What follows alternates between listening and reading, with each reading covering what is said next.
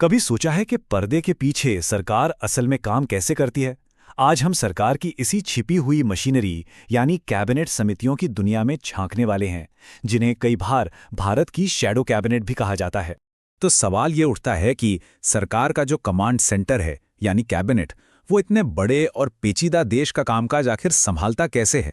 इतना सारा काम, इतने सारे फैसले, ये सब होता कैसे है? और इसका जवाब छिपा है कैबिनेट समितियों में। असल में ये समितियां कैबिनेट के भारी भरकम काम के बोझ को कम करने का एक जबरदस्त तरीका है। इनके जरिए नीतिगत मुद्दों की गहराई से जांच भी हो जाती है और अलग-अलग मंत्रालयों में तालमेल भी बना रहता है। तो चलिए इसे और करीब से समझते हैं। आइए मिलते हैं सरकार के इस असली इंजन रूम से और देखते हैं कि ये कैबिनेट समितियां आखिर हैं क्या और ये काम कैसे करती हैं। अच्छा, इन समितियों की कुछ खास बातें हैं। सबसे पहली और जरूरी बात, इनका जिक्र हमारे संविधान में नहीं है। ये दो तरह की होती हैं, एक तो स्टैंडिंग जो परमानेंट होती हैं और दूसरी एड हॉक जो किसी खास काम के लिए कुछ समय के लिए बनाई जाती हैं। इन्हें प्रधानमंत्री अपनी जरूरत के हिसाब से बनाते हैं, जिनमें 3 से 8 मंत्री तक हो सकते हैं और ज्यादातर की अध्यक्षता वो खुद ही जाते हैं। और हाँ, ये सिर्फ सलाह देने वाली कमेटियां नहीं हैं। यहाँ बाकायदा प्रस्ताव बनते हैं और फैसले भी लिए जाते हैं। बाद में पूरी कैबिनेट उन फैसलों की समीक्षा कर सकती है, लेकिन असली एक्शन तो यही होता है। लेकिन रुकिए, ये व्यवस्था हमेशा से बिल्कुल ऐसी नहीं थी। समय के साथ इस पावर स्ट्रक्चर में काफी बड़े बदलाव आए हैं। आइए जरा देखते हैं कि ये सिस्टम कैसे बदला है। जरा इस टाइमलाइन पर नजर डालिए। 1994 में पूरी 13 कैबिनेट समितियां थीं।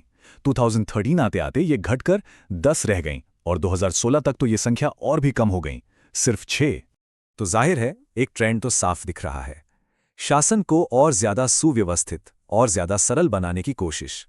वक्त के साथ समितियों की संख्या आधी से भी कम कर दी गई। इन सभी समितियों में भी एक है जो सबसे ऊपर है, पॉलिटिकल अफेयर्स कमेटी। इसको तो अक्सर सुपर कैबिनेट तक कहा जाता है। अब इसी से अंदाजा लगा सकते हैं कि ये कितनी पावरफुल होगी। पर कहानी में एक और दिलचस्प मोड़ आता है। एक दौर ऐसा भी था जब लगा कि सिर्फ ये समितियां ही काफी नहीं हैं, और तब एंट्री हुई सुपर ग्रुप्स की। इन्हें कहा गया ग्रुप्स ऑफ मिनिस्टर्स यानी गोम्स। ये भी एक तरह से एडहॉक बॉडीज ही थीं जिन्हें किसी खास अर्जेंट मुद्दे या किसी गंभीर समस्या पर कैबिनेट को सलाह देने के लिए बनाया जाता था। और ये कितने ज्यादा हो गए थे इसका अंदाजा लगाने के लिए बस ये एक नंबर काफी है, 27। जी हां, 2013 तक 21 गोम्स और 6 ई गोम्स यानी कुल 27 ऐसे ग्रुप्स काम कर रहे थे। इन ग्रुप्स का दायरा भी बहुत बड़ा था। सोचिए, भोपाल गैस त्रासदी जैसे गंभीर मामले से लेकर भ्रष्टाचार से निपटने के तरीकों तक, सिविल एविएशन पॉलिसी से लेकर कॉमनवेल्थ गेम्स की रिपोर्ट और गैस की कीमतों तक, मतलब हर बड़े मुद्दे पर ये ग्रुप्स काम कर रहे थे। लेकिन यहां एक दिक्कत थी। प्रशासनिक सुधार आयोग ने चेतावनी दी कि भाई इतने सारे जीओएम्स के चक्कर में फैसले लेने में बहुत ज्यादा देरी हो रही है। मतलब जो चीज समाधान के लिए बनाई गई थी, अब वही खुद एक समस्या बनती जा रही थी। और बस यहीं से आता है कहानी में एक बहुत बड़ा ट्विस्ट। साल 2014 में शासन के तरीके में एक जबरदस्त बदलाव किया गया। 31 मई 2014 प्रधानमंत्री कार्यालय से एक ऐलान होता है कि ज्यादा जवाबदेही और सशक्तिकरण के लिए सभी गोएम्स और ई गोएम्स को खत्म किया जाता है। एक झटके में सब खत्म। तो यहां गवर्नेंस के दो बिल्कुल अलग अलग मॉडल दिखते हैं। एक तरफ यूपीए सरकार का दौर, जहां फैसलों से पहले सहमति बनाने के लिए इनफॉर्मल गोएम्स पर बहुत भरोसा किया जाता था, और दूसरी तरफ मोदी सरकार का शुरुआती दौर, जहां फैसलों में तेजी लाने के लिए सीधे मंत्रालयों को ही पावर देने पर जोर दिया गया। लेकिन क्या ये इन ग्रुप्स का अंत था? क्या ये सिस्टम सच में खत्म हो गया? शायद नहीं। यहीं से शुरू होता है एक नया चैप्टर, अनौपचारिक वापसी का। तो क्या कहानी यहीं पर खत्म हो गई? जैसा कि सियासत में अक्सर होता है, जवाब इतना सीधा साधा नहीं था। और हुआ भी वही।